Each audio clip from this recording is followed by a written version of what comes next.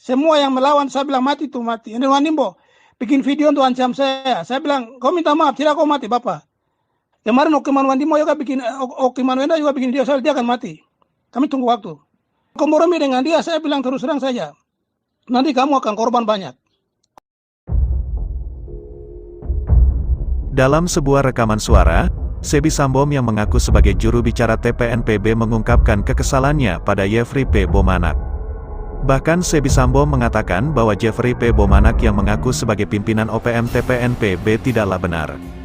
Menurut Sebi Sambom, jika Jeffrey sebagai ketua OPM TPNPB maka harus menunjukkan struktur organisasi serta mempertanyakan siapa wakilnya dan sekretarisnya. Bahkan Sebi Sambom juga mengatakan dengan tegas bahwa semua anggota Tentara Pembebasan Nasional Papua Barat atau TPNPB tidak boleh lagi berhubungan dengan Jeffrey P. Bomanak. Pernyataan tersebut terlihat OPM Papua pecah dan Sebi Sambom ancam habisi Jeffrey P. Bomanak dan Egyanus Kagoya. 10 Juli tahun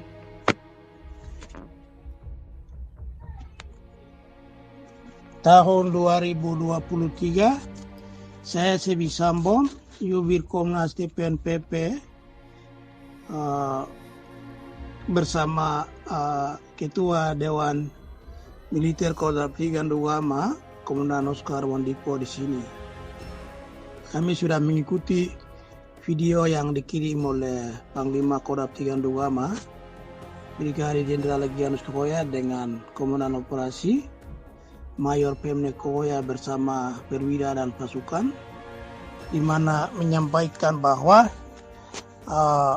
Jubir Komnas TPNPB Sebi Sambom, Ketua Dewan Diplomatik TPNPB OPM Agawam Harusno di Australia, dan juga Jeffrey Pagawak yang klaim diri sebagai ketua OPM itu. Jadi di sini pesan dalam video ini mengatakan bahwa bersatu, 3 pimpinan ini bersatu. Oleh karena itu saya terus terang saya mau sampaikan kepada TPNPB di Kodam 3 Nduwama, juga rakyat, juga semua pejuang, aktivis kota, bahwa kami terus terang dalam perjuangan kami tidak ada ketua OPM. Dan OPM itu bukan organisasi. Kalau organisasi, mana strukturnya, mana bylaw-nya, begitu. Jadi sampai 60 tahun OPM bukan organisasi. Itu hanya nama saja. Tapi TPNPB itu memang ada.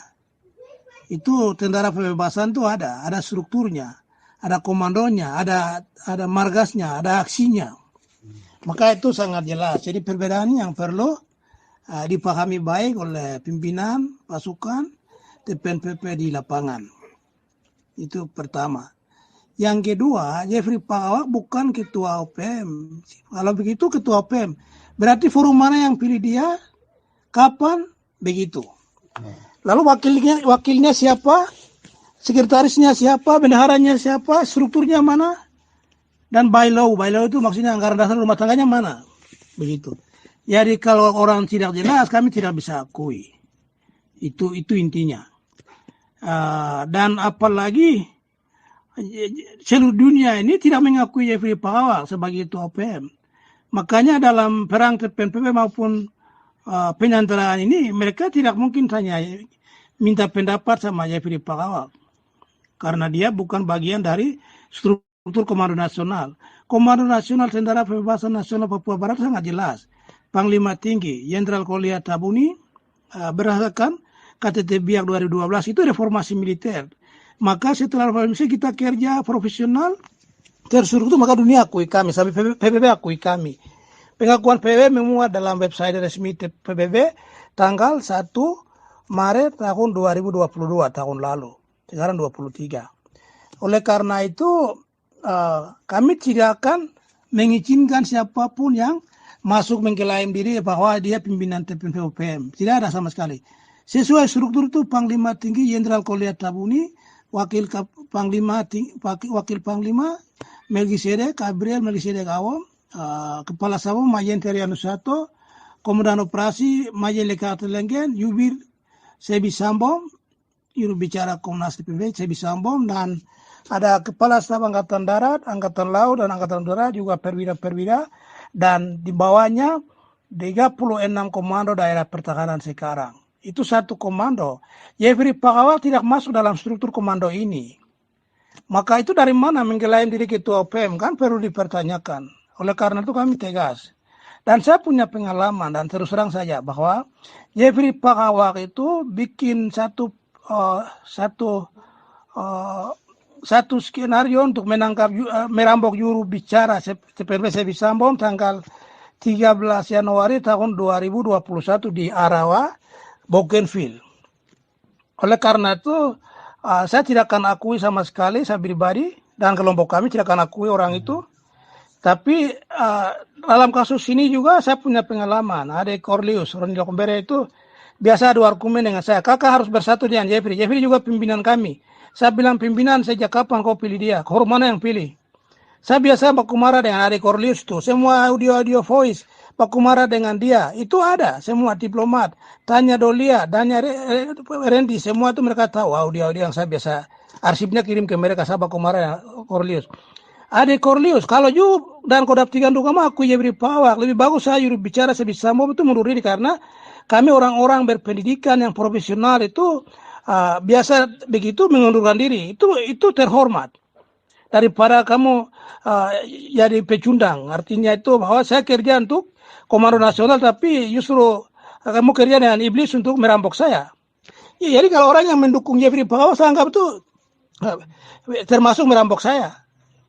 Dia merampok, ambil uang 44.000 kina, 200 juta. Jadi hal ini sakit hati saya masih ada, jangan coba kompromi. Dan Corlius saya kasih peringatan untuk Alek, you dengar saya bicara, nanti kau hati-hati. Karena kau melawan saya itu kau nasi pendek. Saya biasa kasih begitu, dan dia sudah tidak ada lagi. Jadi Panglima dengan Komandan Operasi keluarkan pernyataan ini, saya minta cabut segera. Saya tidak tipu ini, saya punya pengalaman banyak.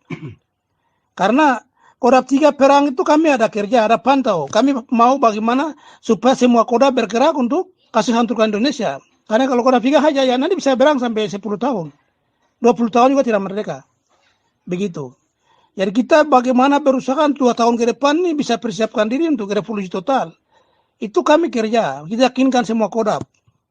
Begitu. Kalau satu Kodam saya perang itu 100 tahun juga tidak akan merdeka. Itu yang catat baik. Dan saya terus terang saya marah ini. Saya dengar video ini berarti ya Kodam 3 Ndugama masih kompromi dengan Jeffrey Pakawal. Dan saya pengalaman Roni Lokombere yang saya baku marah dengan dia sampai dia sendiri lewat. Itu. Dan saya pengalaman banyak. Semua yang melawan saya bilang mati tuh mati. Ini Wanimbo bikin video untuk ancam saya. Saya bilang kau minta maaf tidak kau mati bapak. Oh iya saya kasih dia sudah selesai. Dia sudah pergi duluan. Kemarin Okiman Wandimo juga bikin, Okiman Wenda juga bikin dia akan mati. Kami tunggu waktu.